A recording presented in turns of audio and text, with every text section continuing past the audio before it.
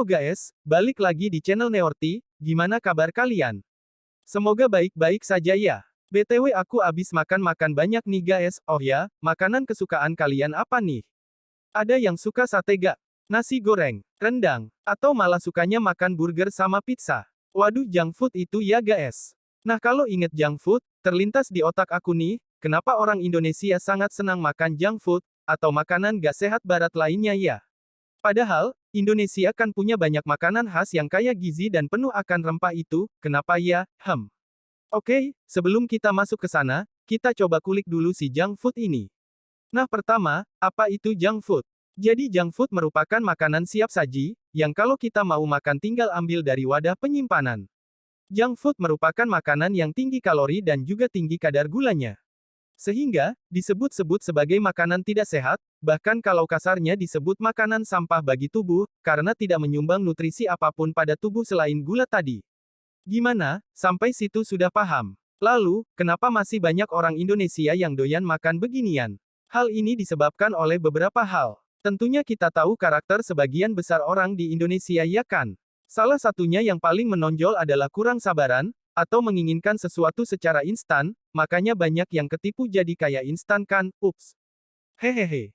Nah junk food ini Lia dianggap sebagai solusi, bagi si orang tak sabaran alias pengen instan itu, makanya banyak yang beli, karena cepat disajikan dan yang penting kenyang, kayak gitu guys, hehehe, itu baru faktor pertama, faktor kedua ada lagi, yaitu karena kandungan gula pada junk food nih guys. Lah apa hubungannya ya? Sekilas, mungkin biasa aja, tapi sebenarnya ini berbahaya guys.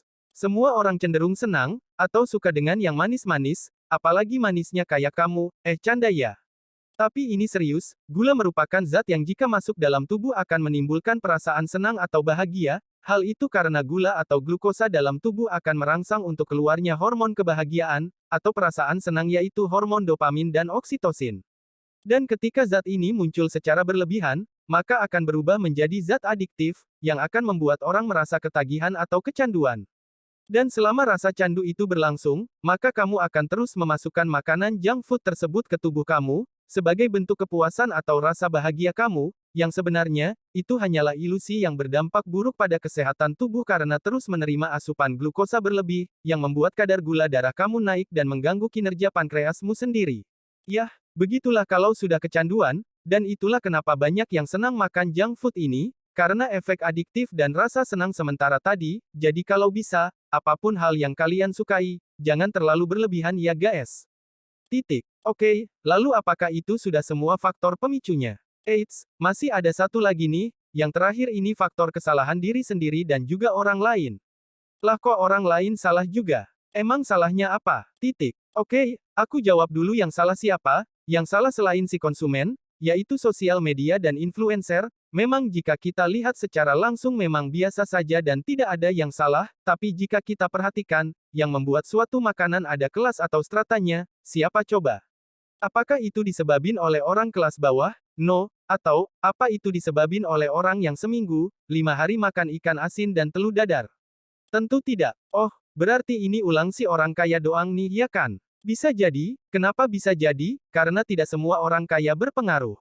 Boleh saja dia kaya, tapi apakah pasti ada yang meniru dia?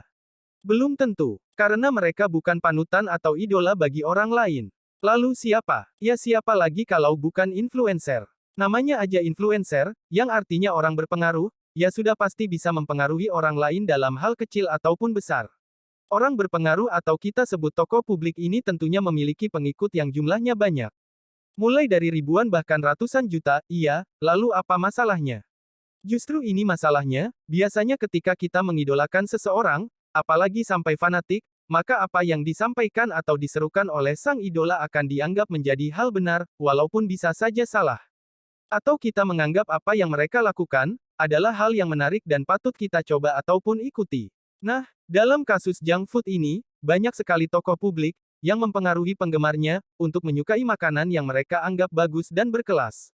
Padahal banyak dari mereka melakukan itu karena mendapat bayaran atau istilahnya endorse.